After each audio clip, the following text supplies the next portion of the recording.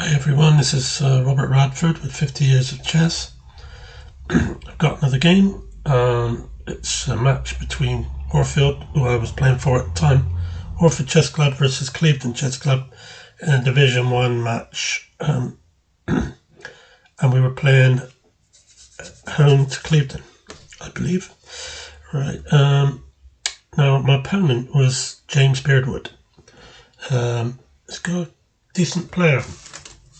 Had a grade of around 1758 for this game, and I was 1863. 1863, yeah, that's right. So I've got the white pieces. This was a bit of a thriller. I began with d4. James played e6, e3, d5. Bishop d3, you've seen this before with me. I often play this stonewall opening. c5, c3, knight c6, knight d2, knight f6, f4, bishop d6, knight f3, c takes. He's moved his knight down to g4 to attack this e-pawn, so I'm defending my queen. Now he's attacking my bishop, so I'm dropping back to b1. Now he's played a sneaky little move, b6, because what he wants to do is play bishop a6. If I castle, he would pick up the exchange. When I move my queen away, he would take the rook on f1. So knowing this, I moved my knight into e5, forcing off a knight exchange where he loses a piece. So I retook, again attacking a piece. So he moves his bishop back, and that gave me all the time I needed to get my queen out to g4, attacking his g7 pawn. So he played g6. I played a3. So this is forcing his knight away, but not yet, because he's come with queen c7. If I take the knight, he's got queen takes bishop, and then if I come back with the queen, he's got queen takes b2 as well. So now this is not good for me, so I brought the queen back to stop all that nonsense. Now he's gone back with his knight, so that's okay. Now I've gone bishop d3, a5. I've got a good solid centre, nowhere is there. Queen e2. That was to prevent bishop a6, by the way. And then he went knight back to b8, and I went knight f3. So now he's played the bishop to a6. So I've gone bishop b5, so that if he takes, I'll have a check, which still gives me a tempi. So which I do. And then he's offering me a queen swap. But I just play a4, because what I want to do is, if queen takes b5, I can go a takes b5, and that prevents him from going knight c6, which means you have to go another route, like knight d7 somehow. But he won't be able to just come out with his knight like he wants to. I'm surprised he swapped there, but I guess he had to. He should have castled first, maybe. So now he's played knight d2. Can you see what I mean now? He can't bring his knight out, but he can chip away at the centre with f6. So I played bishop to d2. He's played rook c8, castle, and then I played rook f1 to c1. And there's the f6 move, which is not nice. So I played bishop c3, pawn takes.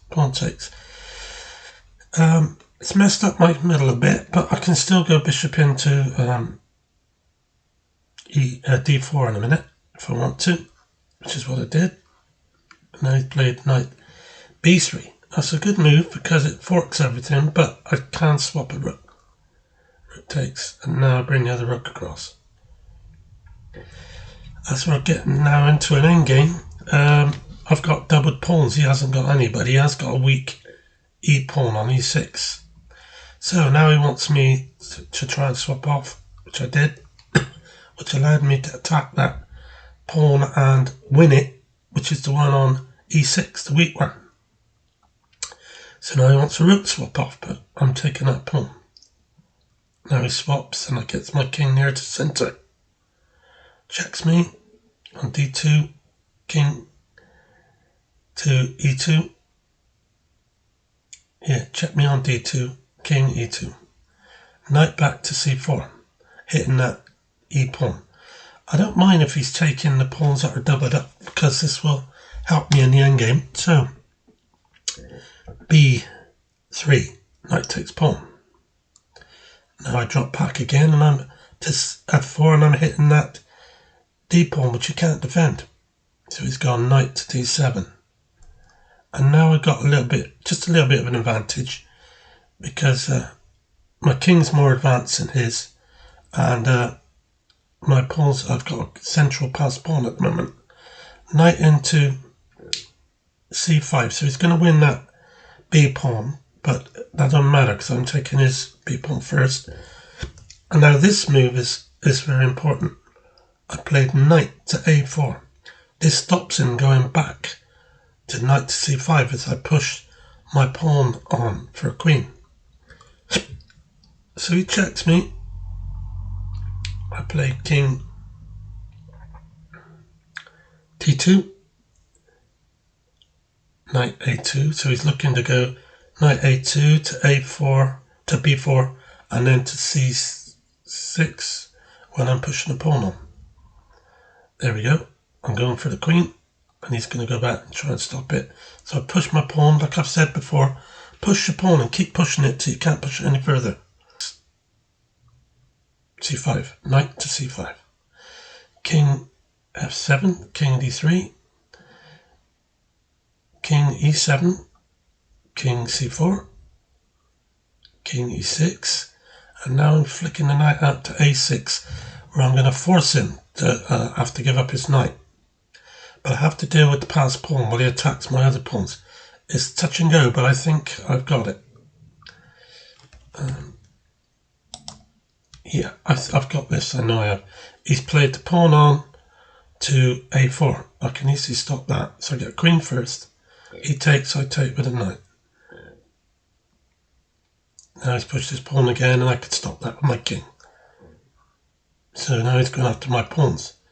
So I've got to get his pawns as well, but be able to keep at least one pawn on the board to win the game.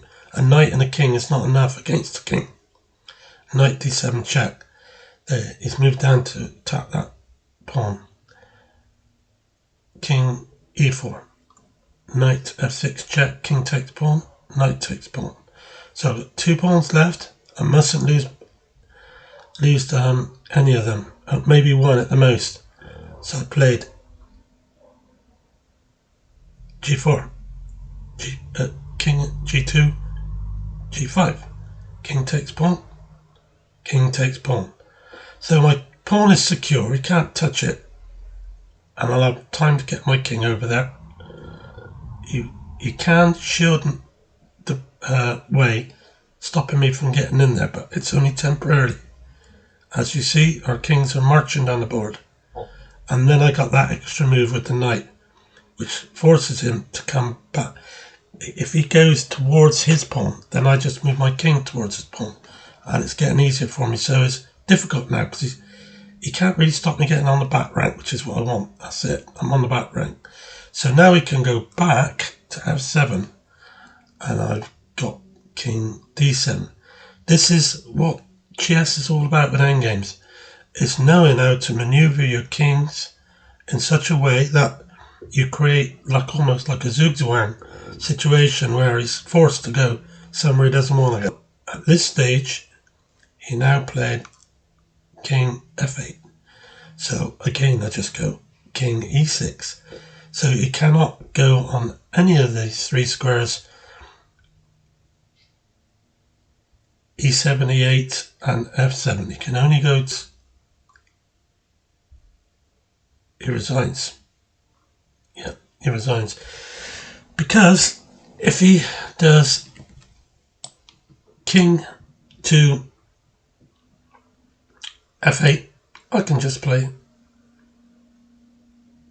king across to get the pawn. And he can't stop me getting into h7, and I'm just going to march that pawn and queen. So that was the game with Mr. Beardwood from Clevedon.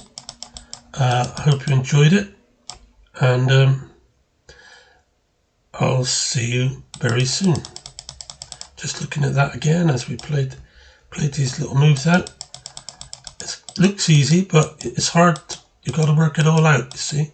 Got to be absolutely right, and that was the win. So, hope you enjoyed the game. See you again soon. Bye. G6.